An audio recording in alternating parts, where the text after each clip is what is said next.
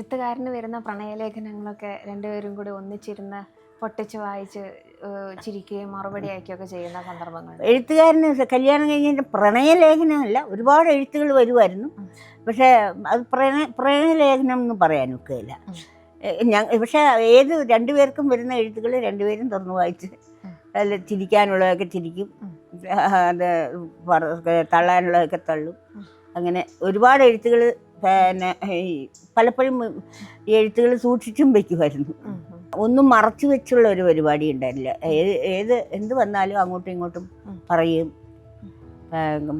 കത്തുകൾ കാണിക്കുകയും ഒക്കെ ചെയ്യുമായിരുന്നു. എനിക്കിപ്പോൾ ഓർമ്മ വരുന്നത് രാജേച്ചി പുസ്തകത്തിൽ എഴുതിയ പത്മരാജൻ പറഞ്ഞൊരു കാര്യമാണ്. അതായത് ഷൂട്ടിംഗ് ലൊക്കേഷനിൽ പോയ സമയത്ത് നിങ്ങൾ എന്തിനാ ഇപ്പം അങ്ങോട്ട് വന്നത്, നിങ്ങളെ കണ്ടു കഴിഞ്ഞാൽ എൻ്റെ ശ്രദ്ധ മുഴുവൻ പോകും. ശ്രദ്ധ പറയും, കോൺസെൻട്രേഷൻ കിട്ടില്ല. ഞങ്ങൾ സാധാരണ ഷൂട്ടിംഗ് കാണാൻ പോവാറേ ഇല്ല. അപ്പോൾ ഒരിക്കൽ ഞാനൊരു വനിതാ സമിതിയായിട്ട് ഇപ്പോഴും ഉണ്ട്. അപ്പോൾ അവർക്കൊക്കെ ഒന്ന് ഷൂട്ടിംഗ് കാണണം എന്ന് പറഞ്ഞ് ഞങ്ങൾ ഏതോ ഒരു ഷൂട്ടിംഗ് കാണാനായിട്ട് ഞാൻ 3-4 പേരെയും കൂട്ടി അങ്ങ് പോയി. അവിടെ പോയപ്പോൾ അദ്ദേഹത്തിൻ്റെ ഭാവം മാറി. എന്നെ അടുത്ത് വിളിച്ച് പറഞ്ഞു, വല്ല കാര്യമുണ്ട് ഇവരെയൊക്കെ വിളിച്ചുകൊണ്ട് വരേണ്ടതിൻ്റെ, എൻ്റെ ശ്രദ്ധ പോകും, നിങ്ങൾ ഇവിടെ വന്നെന്ന് എനിക്ക് ഷൂട്ട് ചെയ്യാൻ പറ്റില്ല എന്ന് പറഞ്ഞിട്ടുണ്ട്. എന്നുവെച്ചാൽ ആരെങ്കിലും എന്തെങ്കിലുമൊക്കെ കമൻസ് അടിക്കും വരുമ്പോഴേ. അതൊക്കെ ഇദ്ദേഹത്തിന് വളരെ സെൻസിറ്റീവാണ്.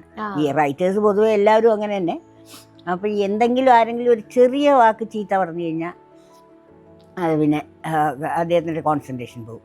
അതുകൊണ്ട് കഴിയണതും അതുപോലെ ശ്രീവിദ്യയ്ക്കും ശോഭനയ്ക്കും ഒക്കെ കിട്ടിയിട്ടുണ്ട് വഴക്ക്.